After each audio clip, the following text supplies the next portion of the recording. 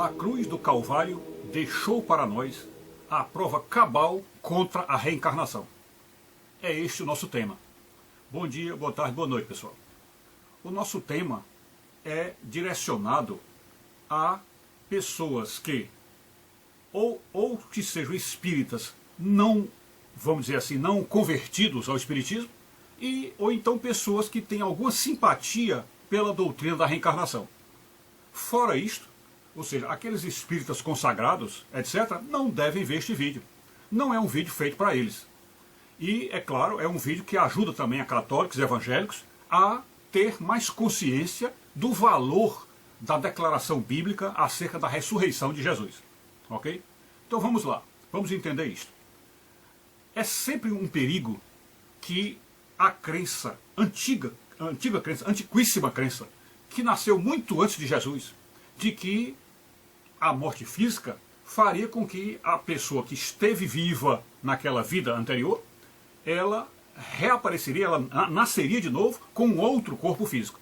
Então esta é a crença milenar, multimilenar, e que é muito insinuante, e ela realmente penetra, ela vem sorrateiramente e acaba pegando a pessoa desprevenida, e ocorre às vezes de muita gente, até mesmo no meio cristão, acabar se enveredando por esta.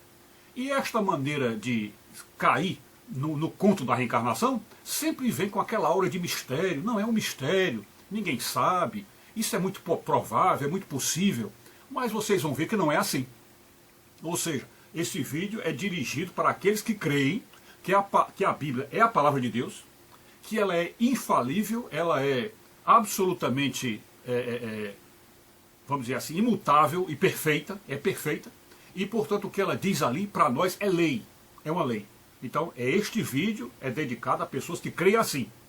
E das crenças da Escritura Sagrada, a mais fundamental, a mais importante, é a crença na ressurreição de Cristo. Então, para ser cristão, é preciso crer em todos os ensinamentos de Jesus, mas crer também que ele nasceu, cresceu, morreu e ressuscitou. Então toda esta crença é que fundamenta e dá total valor a aqueles que creem no Evangelho. Pois bem, então vamos agora entrar nessa questão da importância da ressurreição no combate à teoria da reencarnação. Ok? Observem que, após a ressurreição de Jesus, os próprios apóstolos tiveram dúvida, não é? Tanto no anunciado daquelas primeiras mulheres que foram ao túmulo e disseram que Jesus ressuscitou, isso aí gerou dúvidas. Tanto é que eles não acreditaram à primeira vista no que elas disseram e saíram correndo para o túmulo, seguindo lá o João, que correu na frente, mas que antes de João as mulheres viram, e então só quando João entrou no túmulo e Pedro veio atrás dele e percebeu realmente o Senhor ressuscitou, mas mesmo assim, quando a notícia chegou aos outros apóstolos, muitos não creram. E temos como exemplo o Bartolomeu, o São Tomé, que só acreditou depois que colocou o dedo nas feridas de Jesus.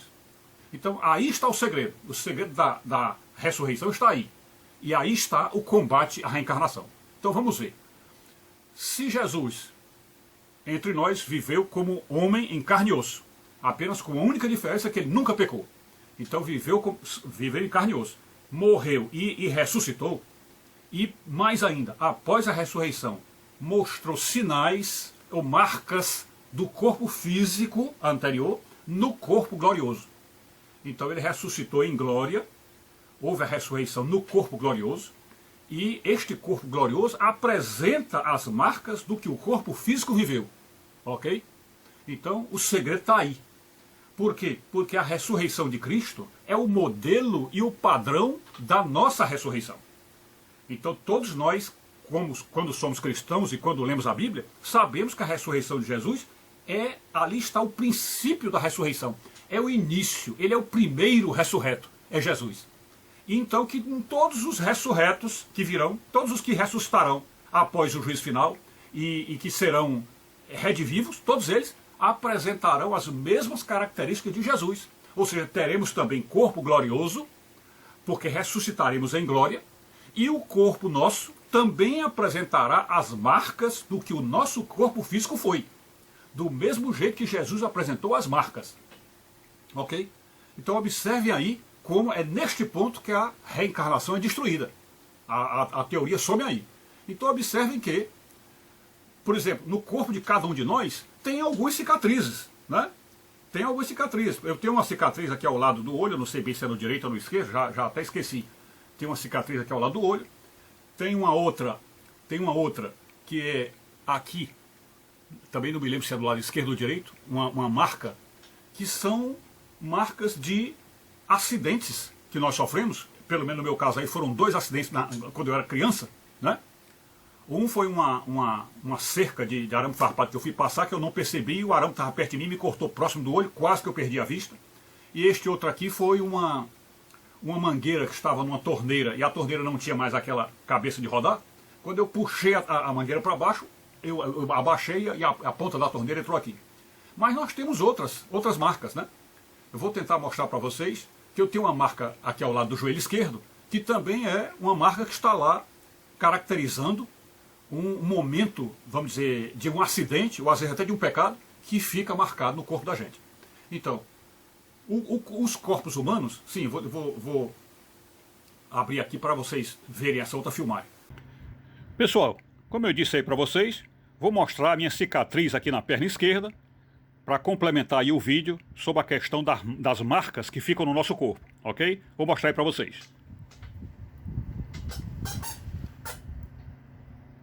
Observem aí, observem que isso aqui é uma cicatriz de um acidente que eu sofri na infância também, né? E de uma hora em que eu, entrando no mar, eu estava levando uma irmã minha mais nova nas costas, né? E andava com ela naquela posição de cachorrinho, né? Ou de cavalinho, né? Ela vinha nas minhas costas. Quando eu entrei no mar, na areia, né? Tinha uma garrafa quebrada lá dentro, né? Garrafa, como se diz, uma roncega, né? E aí, como eu também não via, era dentro d'água, a ponta da garrafa entrou aí e abriu essa cicatriz, nesse corte, né? Que eu levei à época 18 pontos, né? Então está aí, isso aí é a prova da marca que fica na gente, né? Marca muito importante para reconhecimento do corpo. É isso aí, fiquem com Deus. Pois bem, então os corpos humanos, eles têm cicatrizes. Eu sei que vocês vão dizer assim, mas e quem nunca sofreu acidente, nunca teve cicatriz nenhuma? Bom, mesmo os corpos que não têm cicatriz nenhuma, existem certos sinais ou certas marcas de nascença, muitas vezes de nascença, que acompanham a pessoa a vida toda. Então, o que é que isso indica? Que quando nós estivermos na presença de Deus e formos ressuscitados, na ressurreição nós identificaremos o corpo nosso que nós tivemos pelas marcas que nós tínhamos e que às vezes só nós conhecemos. Não é isso? Então, se a ressurreição serve para que nós nos identifiquemos após a ressurreição, a gente possa dizer, de fato, este era o meu corpo, então eu poderei, na ressurreição, dizer, este era o meu corpo, porque ainda tem aqui uma marca, tem uma marca aqui, tem a marca lá no meu joelho esquerdo, então eu posso identificar, este realmente é o meu corpo. Então isso também serve para identificar o corpo dos outros. O corpo dos outros. Então, como é que eu poderei olhar para alguém e dizer, esta é a fulana de tal, esta é a cicrana, ou este é o fulano, este é o beltrano? Como é que eu poderei fazer? Observe, eu conheci centenas de pessoas na minha vida, milhares de pessoas na minha vida, e também milhares de pessoas me conheceram. E eu identifico essas pessoas por quê? Pelo corpo físico, não é? Então meu amigo Marcelo é identificado pelo corpo dele, meu amigo Roberto é identificado pelo corpo dele, a amiga Ângela, a amiga Patrícia, a minha própria mulher, tudo isto é identificado para mim como? Pelo corpo. Evidentemente, se qualquer um deles chegar de máscara, vai ser um pouco difícil eu reconhecer, talvez reconheça pela voz, mas já vai dificultar a minha identificação, né? Então, o rosto descoberto e o corpo da pessoa naquela altura, e aí eu chego até a dizer a própria voz e talvez até o cheiro, identificam uma pessoa que viveu conosco. Então, se após o juízo, se houvesse realmente reencarnação, eu te pergunto, como é que nós iríamos identificar alguém? Como é que nós iríamos identificar alguém? Porque se passamos por um juízo, e no juízo todos são chamados à presença de Deus, como é que nós nos reconheceríamos se ali todos fossem meras almas, almas fluídicas, etéricas, sem corpo físico, que também não daria para reconhecer, porque uma alma etérica, ela é uma coisa de pensamento, e como é que a pessoa identifica o pensamento? Só pode identificar o pensamento quem pensou aquilo. Portanto, só quem pensa sabe que aquilo que está pensando é ele próprio. Então, se fôssemos para ficar só em alma etérica, nós teríamos que ficar apelando, dizendo assim, olha, sou eu sou o João Valente. Aí os outros vão dizer, como é que tu prova aí que tu é João Valente? Eu vou ter que contar umas coisas da minha vida para pessoas que me conhecem, para que as pessoas que me conhecem digam, olha, realmente essa aí é a alma do João Valente. Mas os outros não me conheceriam, não me identificariam jamais. Então, a história do corpo físico, que tanto entre os cristãos quanto entre os espíritas gera uma nova vida, né?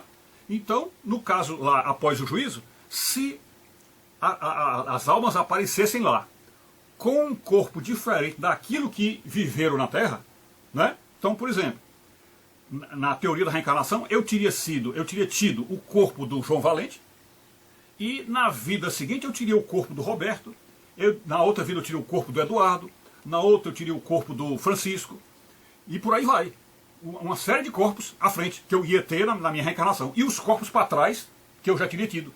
Então, no dia do juízo, quando Jesus chama essas pessoas à presença, né, as pessoas que vão estar com ele no juízo, aí como é que vai haver uma identificação dos outros para saber qual daqueles corpos que estão apresentados ali é o João Valente?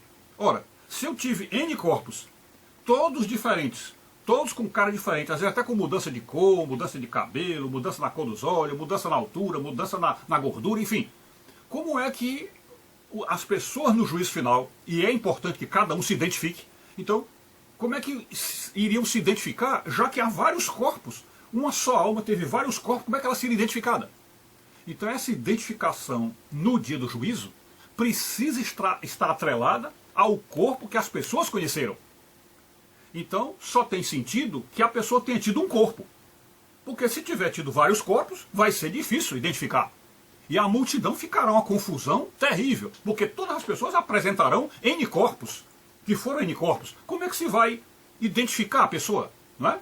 Então, aí está a prova de que a ressurreição é um ponto fundamental que ele configura e estrutura a doutrina da salvação.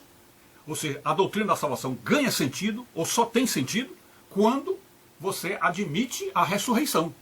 Porque a ressurreição é um trabalho único, exclusivo, que vai gerar uma alma eterna, portanto que há uma alma eterna ali, e que ela será eternamente identificada por aquele corpo, da mesma forma como o próprio Jesus, quando encarnou, quando entrou na natureza humana e passou a ter um corpo humano, ele passou a ser eternamente humano, isto é, ele será identificado eternamente pelo corpo humano. Isto é uma prova de que a Terra, de certo modo, entre aspas, passou a ser o centro do universo, porque o próprio Criador do universo passou a ter um ponto de referência e passou a ter um significado a partir da Terra. Então a Terra, digamos assim, passaria a ser a rainha do universo, porque qualquer outro planeta e qualquer outro mundo que venha a apontar para Jesus e dizer este é o rei do universo, dirão ele é o rei do universo no corpo humano. Ou seja, foi na Terra que ele ganhou este corpo que ele tem e passou a ter este corpo eternamente. Então a homenagem à Terra estará garantida para o resto da eternidade no corpo humano que Jesus teve. E portanto, por causa disso, porque a Terra gerou este corpo, um corpo humano que veio aqui das entranhas da Terra e de todos os átomos da Terra que formaram o corpo de Jesus através da concepção do Espírito Santo no ventre de Maria, colocando no corpo de Jesus 23 cromossomos do corpo de Maria, junto com os elementos da Terra que o Espírito Santo juntou para formar um corpo. Então isso aí garante para Jesus o quê?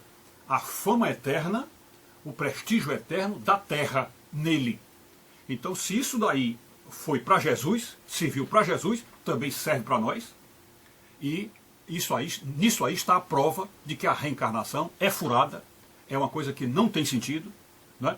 E nós temos que realmente nos como é que se diz, garantir, nos fundamentar nesse ponto que é fundamental na Escritura Sagrada, que é a crença de que ele ressuscitou.